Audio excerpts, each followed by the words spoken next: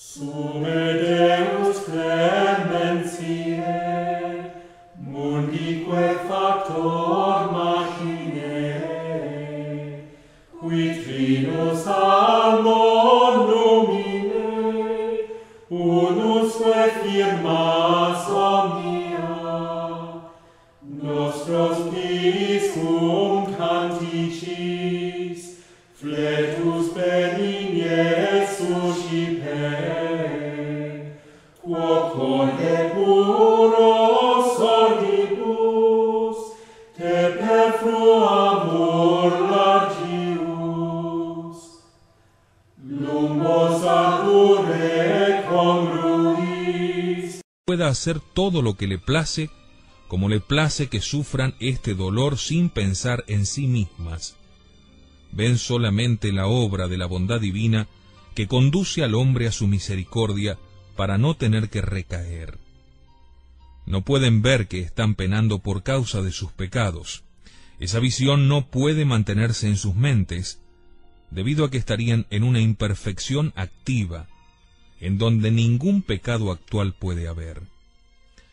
Solo una vez, al dejar el mundo, pueden ver la causa del purgatorio, pero no la volverán a tener. Ellos ya no pueden tener voluntad ni deseos, salvo la voluntad de la caridad. Estando en el fuego del purgatorio, ellos están dentro de la ordenanza divina, que es pura compasión, y nadie puede apartarse de ello, porque ha sido privado del poder del pecado, del mérito y del demérito.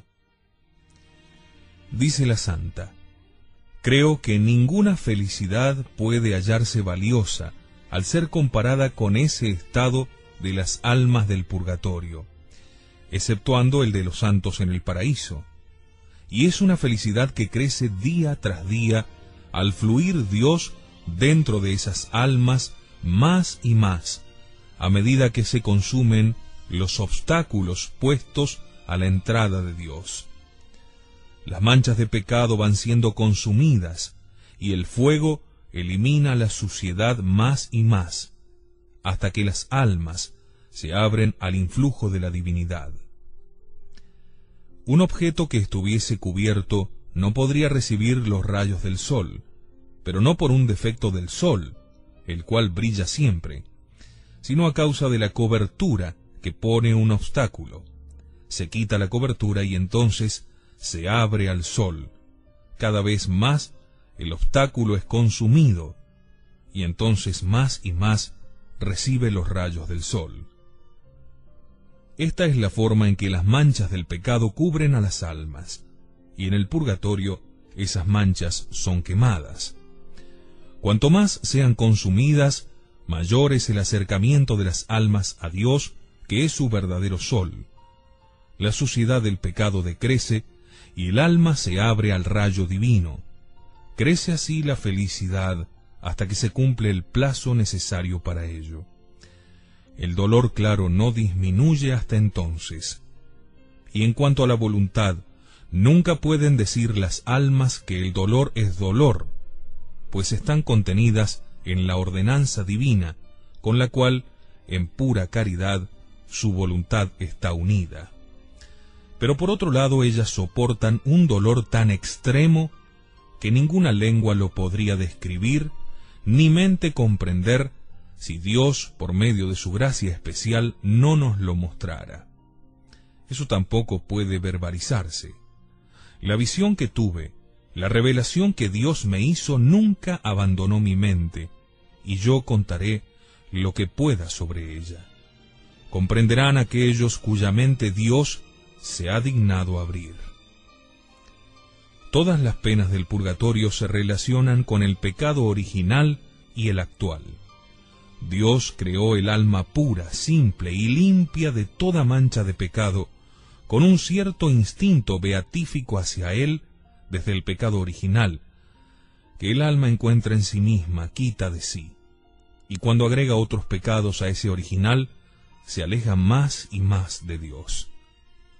No puede haber ningún bien, salvo por la participación de Dios, que va al encuentro de las necesidades de sus criaturas irracionales como quiere, y ha ordenado no fallándoles nunca. Y al alma racional responde en la medida en que la encuentra limpia y sin el obstáculo de los pecados. Por consiguiente, cuando un alma se acerca al estado puro y claro en que fue creada, su instinto beatífico se descubre a sí mismo, y crece sin cesar tan impetuosamente hasta el final, que cualquier obstáculo le parece a este alma algo del pasado, y cuanto más ve, más extremo es su dolor. Debido a que las almas en el purgatorio no sienten culpa de pecado, no hay obstáculo entre ellas y Dios, excepto su dolor, que las lleva hacia atrás, y así no pueden alcanzar la perfección. Ven claramente la gravedad de cada obstáculo en su camino, y ven también en su instinto que es obstaculizado por una necesidad de justicia. De ahí nace un rugiente fuego, como el del infierno, pero carente de culpa. La culpa es lo que las hace condenadas en el infierno, en donde Dios no concede su bondad, y por eso permanecen allí en desesperada mala voluntad, opuesta a la voluntad de Dios. Es manifiesto que hay perversidad en la voluntad contraria a la voluntad de Dios, donde la culpa es conocida y la mala voluntad persiste. Y es que la culpa de aquellos que han pasado de esta vida al infierno no es remitida. No puede serlo, dado que ya no hay cambio de voluntad. En el pasaje al otro mundo, el bien o el mal se estabilizó en concordancia con su deliberada voluntad. Como se ha escrito, ubi te invenero. Es en la hora de la muerte que prevalece la voluntad de pecar, o el arrepentimiento. Ibi te judicabo. Según se incline la balanza hacia un lado u otro, luego no hay remisión, según se me ha mostrado. Después de la muerte el libre albedrío ya no puede retornar, pues la voluntad ha quedado fijada en el momento de la muerte. Y dado que las almas en el infierno han tenido en el momento de la muerte la voluntad hacia el pecado, deben soportar la culpa a través de la eternidad, sin mérito por sus penas, solo soportarlas, sin final. En cambio, las almas del purgatorio solo soportan el dolor, no ya la culpa, por haberse arrepentido de los pecados en el momento de la muerte y de sus ofensas a la bondad divina. Por lo tanto, su dolor es finito, y su tiempo se va acortando como ha sido dicho.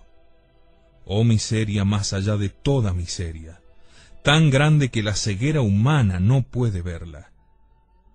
El dolor del condenado no es infinito en cantidad, debido a que la bondad de Dios arroja su rayo de misericordia aún en el infierno. Porque el hombre que muere en pecado merecería pena infinita por tiempo infinito. Mas la misericordia de Dios le ha puesto infinitud solo al tiempo.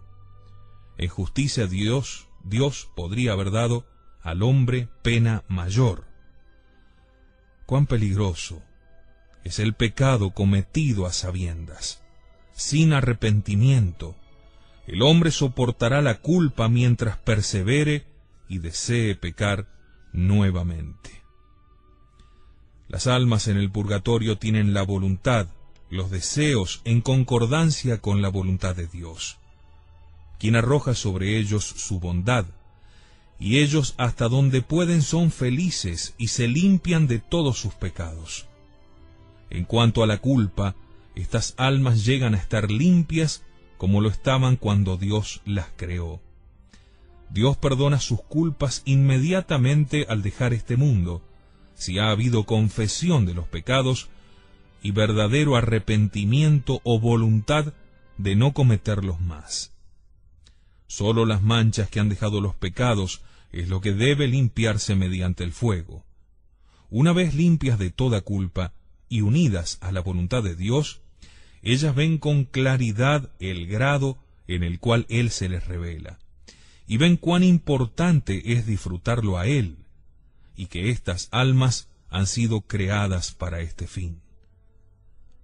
Además, son llevadas a unirse con Dios y movidas hacia Él en tal sabiduría, con su natural instinto hacia las almas funcionando en ellas, que ni argumentos, ni figuras, ni ejemplos podrían hacerlo claro cuando la mente conoce esto por medio de su sentimiento interno y lo comprende.